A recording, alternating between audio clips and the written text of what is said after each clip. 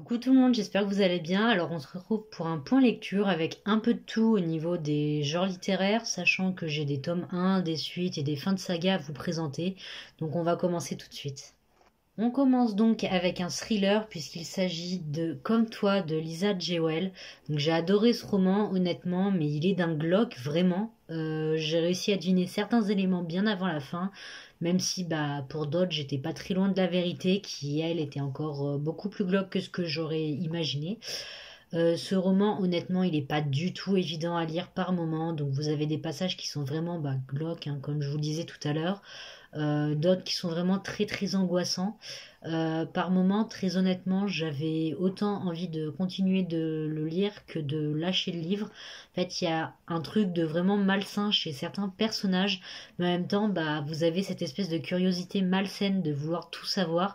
Bref, c'est une lecture vraiment particulière. Je vais vous lire le résumé pour que ce soit plus simple, surtout pour éviter que je vous spoile quoi que ce soit par erreur, puisque les thrillers c'est quand même relativement compliqué à résumer correctement. Une troublante impression de déjà-vu. Ellie a disparu à l'âge de 15 ans. Sa mère n'a jamais réussi à faire son deuil, d'autant plus que la police n'a retrouvé ni le coupable ni le corps. 10 ans plus tard, cette femme brisée doit pourtant se résoudre à tourner la page. C'est alors qu'elle fait la connaissance de Floyd, un homme charmant, père célibataire, auquel elle se lie peu à peu. Mais lorsqu'elle rencontre la fille de celui-ci, Poppy, âgée de 9 ans, le passé la rattrape brutalement.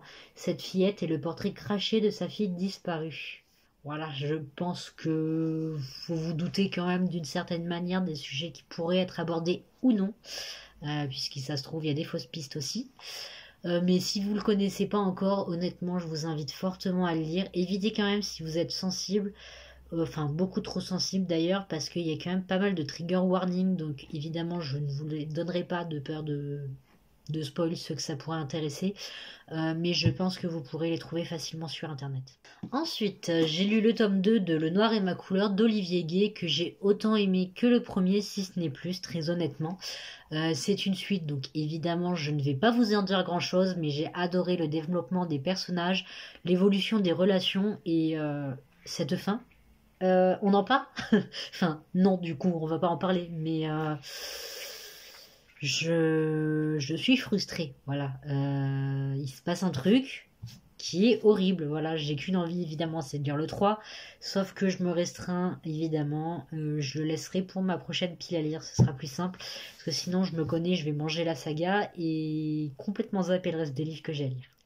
Ensuite, j'ai lu le premier tome de Lune et enfin de Lune du coup et de Sang d'Erin Beatty et franchement j'ai tout aimé dans ce roman, donc que ce soit le style, l'histoire, les personnages, l'ambiance ou même la romance en fait qui a réussi à me convaincre.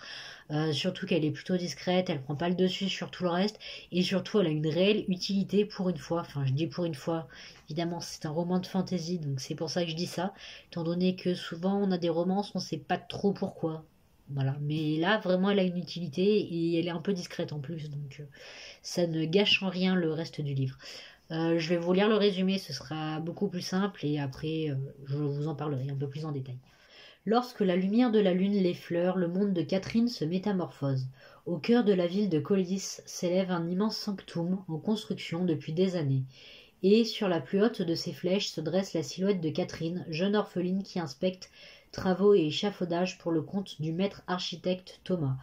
Un soir de pleine lune en mission pour celui qu'elle considère comme son père adoptif, elle fait une chute vertigineuse et se blesse.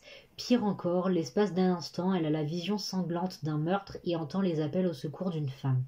Lorsque le brillant et énigmatique Simon de Messanos est chargé d'élucider le mystère, Catherine se retrouve entraînée dans une dangereuse spirale où le tueur ne cesse de frapper encore et encore. Grâce aux instincts d'une précision effrayante du jeune homme, expert en matière de folie criminelle, le duo tente de remonter la piste du prédateur. Tout ce temps, la jeune fille doit aussi protéger son propre secret. Elle découvre peu à peu que la lune lui accorde des pouvoirs surnaturels qui pourraient bien faire d'elle une paria, mais pourraient surtout être la clé de tout. L'enquête, honnêtement, elle était pas mal du tout, même si par moments on se fait balader entre les fausses pistes qui au final s'avèrent vraies, et puis au fait, non, c'est faux, et encore, oui, c'est vrai, enfin, J'avoue que j'étais un peu perdue à force, mais ça a rien gâché du tout au niveau de ma lecture. Je déconseille ce roman quand même à des personnes trop jeunes et trop sensibles, puisqu'on a quand même pas mal de scènes hard au niveau des hémoglobines. Pour moi, une suite n'était pas forcément nécessaire. On répond à peu près à toutes les questions dans ce tome. Mais puisqu'il y a une suite de prévue, c'est avec plaisir que je la lirai à sa sortie en VF, bien évidemment. Sachant que le tome 2 en VO est sorti en octobre de cette année, il me semble. Donc on risque d'attendre un moment. Ensuite, j'ai lu le tome 2 de L'éveil des sorcières de Cordelia, donc j'ai adoré ce tome 2 et j'ai hâte de lire le troisième et dernier tome. Évidemment, c'est une suite, donc je ne vais pas vous en dire grand-chose, mais vraiment j'ai adoré. Encore une fois, c'est tout doux, tout mignon, surtout que là, on aborde quand même des sujets assez importants. Dans le premier tome, on parlait surtout notamment de harcèlement scolaire, de grossophobie, de sexisme. Et dans celui-ci, je vais pas vous en dire quoi que ce soit, sinon vous allez très très vite comprendre bah, euh, ce qui se passe évidemment dans ce tome. Sachant que du coup là, on va se concentrer évidemment un peu plus sur Maëlys, donc qui est juste là. Il faut savoir qu'elle, alors je sais pas comment le dire de manière correcte, on va dire, mais elle est malentendante. Enfin, elle est obligée de porter des appareils auditifs pour entendre à peu près correctement et encore. Donc voilà. Ensuite, j'ai lu le tome 1 de L'épée, la famine et la peste de ma petite Aurélie, dont je ne prononcerai évidemment pas le nom de peur de l'écorcher. Je vais vous lire le résumé, ce sera beaucoup plus simple parce qu'il est quand même assez conséquent, donc voilà. Depuis un demi-siècle, le royaume de Comgal s'enfonce dans un âge sombre. Les monstres pullulent, des villages entiers disparaissent dans les toiles d'araignées et les tarantas tissent dans l'esprit des hommes, les condamnant à s'étioler dans la mélancolie et les idées noires. 3 êtres brisés deviennent la cible d'une population aux abois, un garçon possédé par l'esprit d'un loup, une jeune fille soupçonnée d'avoir les pouvoirs d'une araignée, un ancien soldat qui a tout perdu persuadé que son fils vit dans l'œil d'un cerf. Pourchassés par le chef de l'Inquisition et son archère, ils vont devoir s'allier pour survivre. Mais sont-ils des boucs émissaires ou au contraire 3 redoutables fléaux qui porteront le coup de grâce à ce monde agonisant? Il faut savoir que c'est du coup le premier tome d'un diptyque. Voilà. C'est de mémoire la première fois, en dehors du coup de sa saga de BD Equinox, que l'autrice du coup nous écrit quelque chose en plusieurs tomes. Donc j'avoue que j'appréhendais quand même pas mal parce que je me suis dit mais pourquoi faire 2 tomes en fait? C'est que l'histoire est trop conséquente ou en fait on va dire que c'est un peu un mélange de tout puisque effectivement ça aurait été je pense trop conséquent pour passer dans un seul tome. Et puis surtout ça aurait été bâclé si elle avait essayé de faire un seul et unique tome comme d'habitude. Donc évidemment c'est avec plaisir que je lirai la suite. Donc c'est un roman honnêtement qui vous prend vraiment aux tripes. Encore une fois l'autrice elle est pas du tout tendre avec ses personnages, ils sont complexes et attachants. Le roman il est prenant comme toujours. J'avais l'impression honnêtement que si j'arrêtais de lire les personnages allaient rester figés dans le temps pour toujours avec du coup au vu de l'univers, des araignées qui en profiteraient pour tisser leur cocon. Attention évidemment pour les arachnophobes, voilà, la partie sur les araignées est assez conséquente, ça peut être quand même pas mal détaillé sur certains points, donc voilà, si vous craignez ne serait-ce que de lire des choses en rapport, évitez peut-être. Ensuite, j'ai lu le tome 1 de Mémoire de la forêt de Michael Brun-Arnaud. C'est un roman jeunesse du coup qui est illustré. En fait, vous avez des petites illustrations qui vont vous suivre tout du long du roman. Évidemment, quand j'en cherche, il n'y en a pas.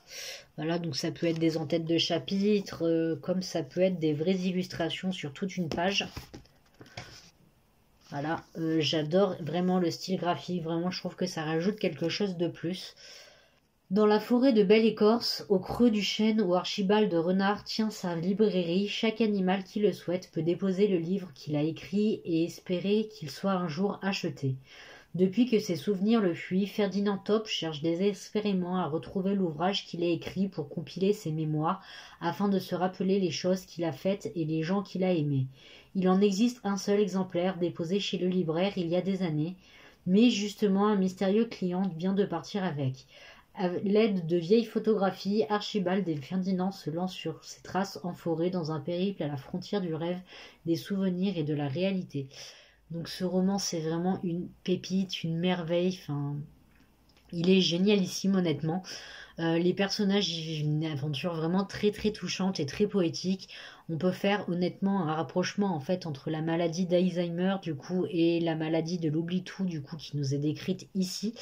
Je trouve que c'est un très bon moyen pour sensibiliser son enfant et lui faire comprendre pourquoi ses grands-parents agissent comme ils le font. Donc par exemple en ne sachant pas qui il est alors qu'il l'a vu il y a 2 semaines, etc. etc.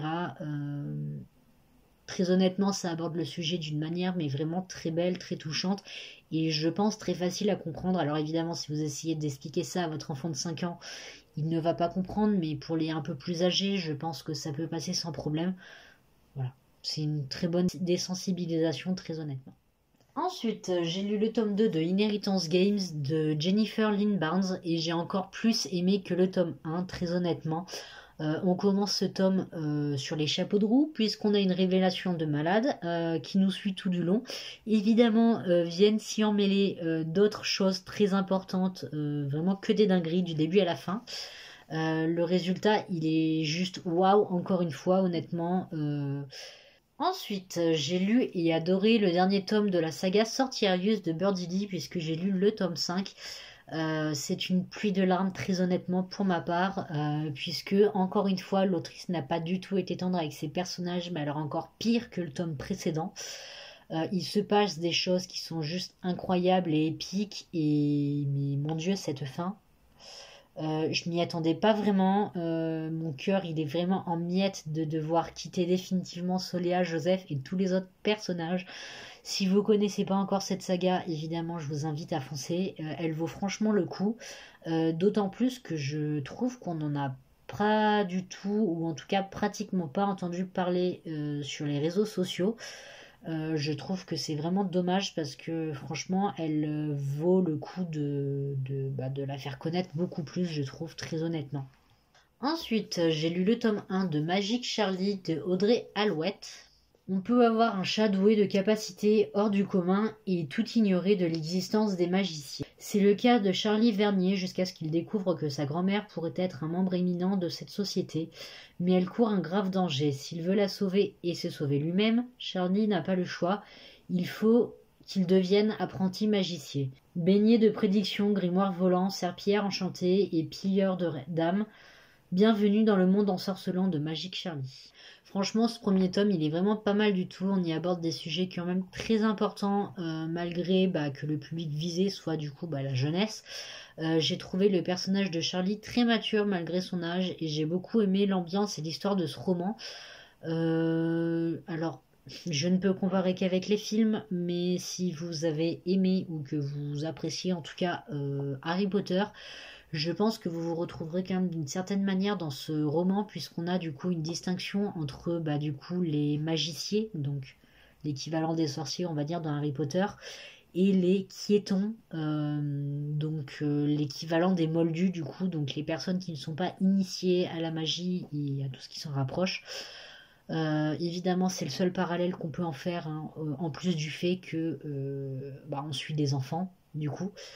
On n'a pas ici d'école de magie à proprement parler. Là, on va plus être sur de jeunes apprentis avec leur maître, du coup, qui vont en fait essayer de résoudre des problèmes, qui vont partir à la chasse de fragments d'âme, justement, de personnes, etc., etc. Donc, voilà.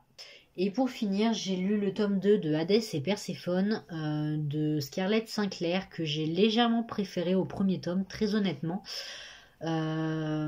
Perséphone, honnêtement, elle est agaçante et elle manque clairement de maturité sur pas mal de points dans ce tome. En revanche, par contre, j'ai beaucoup aimé voir l'évolution de certains personnages et on en apprend quand même pas mal sur Hadès qui est quand même non négligeable.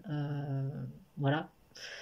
Seul petit bémol pour moi, du coup, honnêtement, dans ce tome-là, c'était les scènes de fesses, hein. Très honnêtement, il y en a beaucoup trop par moment. Elles sont franchement moins bien écrites que dans le premier tome. En fait, on a juste l'impression qu'elles sont là pour cocher les cases d'un cahier des charges et j'ai trouvé ça un peu dommage puisqu'honnêtement, elles ne servent à rien, ou en tout cas la plupart du temps. D'autant plus que ici, en fait, on vous compare ça un peu à des punitions. En fait, c'est genre, elle a été méchante, Perséphone, donc elle a le droit à son coup de... Je ne terminerai pas cette phrase, mais vous voyez ce que je veux dire. Oui, mais non, en fait, enfin, techniquement parlant, c'est pas fait pour ça. Enfin, ça peut, mais c'est pas le but premier. On est d'accord. Voilà. Après, elle dit pas non. Bon, voilà. Mais voilà, ça m'a légèrement dérangé, très honnêtement, dans ce tome-là. Dans le premier, honnêtement, je trouvais que ça allait, mais dans celui-là, je préfère quand même le notifier au cas où que ça gênerait certaines personnes. Voilà. Si la vidéo vous a plu, n'hésitez pas à me le faire savoir en vous abonnant, en mettant un j'aime et en commentant. Ça vous prend 2 petites secondes et moi, ça me fait super plaisir et ça m'aide beaucoup. Et bah sur ce, je vous dis à la prochaine. Salut tout le monde.